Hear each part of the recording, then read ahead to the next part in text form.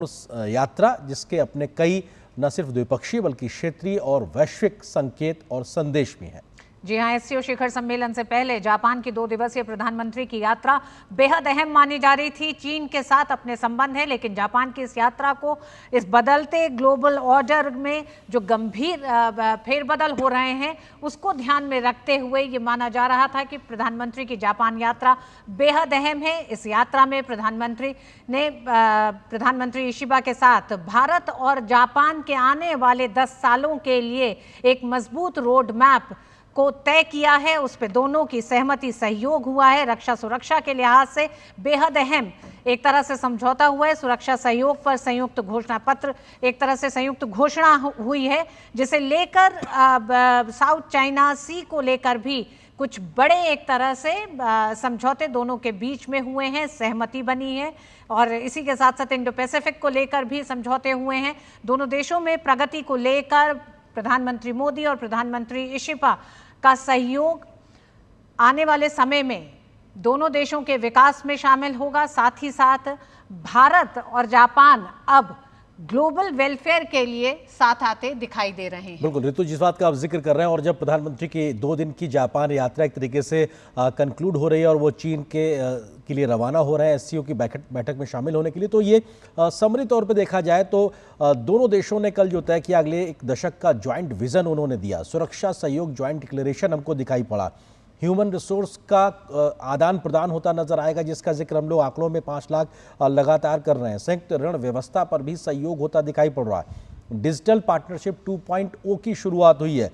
खनिज संसाधनों में भी सहयोग आगे बढ़ा है। चंद्रयान 5 मिशन में दोनों देशों की अंतरिक्ष यात्रा जो एजेंसियां हैं वो सहयोग करती नजर आएंगी। क्लीन हाइड्रोजन अमोनिया में सहयोग हो रहा है। सांस्कृतिक आदान प्रदान, वेस्ट वाटर मैनेजमेंट, पर्यावरण सहयोग, विदेशी मामलों में मंत्रालयों में समझौता, साथ ही साथ विज्ञान प्रौद्योगिकी, शिक्षा और संस्कृति, खेल में भी सहयोग पर दोनों देश सहमत हुए हैं। और जापान अगले 10 ट्रिलियन येन भारत में निवेश को लेकर भी तरीके से उसमें सहमति बनी है। और हम जानते हैं कि स्पेशल स्ट्रेटेजिक ग्लोबल पार्टनरशिप दोनों देशों में है, तो ये अपने आप में एक बहुत बड़ा आधार तैयार कर गया प्रधानमंत्री की इस यात्रा के बाद से, जहां से अब जापान और भारत मिलकर आपसी सहयोग से वैश्विक भलाई के लिए, जिसमें शांति स्थिरता भी शामिल है, आर्थिक स्थायित्व भी शामिल है, वर्ल्ड सप्लाई चेन में डिसरप्शन को रोकने का स्थायित्व भी शामिल है, ये सब तमाम प्रयास होते हुए दिखाई पड़ेंगे। और इस जापान यात्रा से कई बड़े संदेश और संकेत जहां पे नजर आए हैं। प्रधानमंत्री का ये वाक्य अपने आप में लगातार इस चर्चा में रहेगा कि जब वो कहते हैं कि जापान की तकनीक और भारत का टैलेंट अगर मिल जाए तो विनिंग कॉम्बिनेशन बन जाता है। और वो विनिंग कॉम्बिनेशन सिर्फ दोनों देशों के लिए नहीं, दुनिया के लिए भी होगा। ऋतु जी हाँ, बिल्कुल।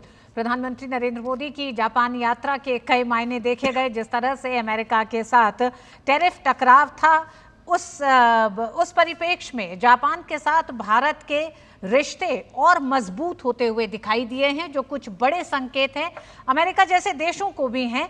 भारत की अपनी एक बड़ी जनसंख्या, एक बड़ा टैलेंट पूल है, जिसे लेकर प्रधानमंत्री जापान की यात्रा पर थे। और उसे ध्यान में रखते हुए कई ऐसे बड़े समझौते हुए, जिसमें प्रधानमंत्री ने कहा कि भारत का पावर हाउस अगर टैलेंट है तो टेक्नोलॉजी जापान का पावर हाउस है। और आने वाले समय में ये दोनों 21वीं सदी में टेक क्रांति का नेतृत्व कर सकते हैं विश्व के लिए। तो बड़ी बातों को प्रधानमंत्री ने जापान की अपनी यात्रा में रखा। और यहां से एक तरह से वैश्विक संतुलन, राजनीति के उस संतुलन को बनाने के लिए दूसरी यात्रा होने जा रही है चीन की प्रधानमंत्री की।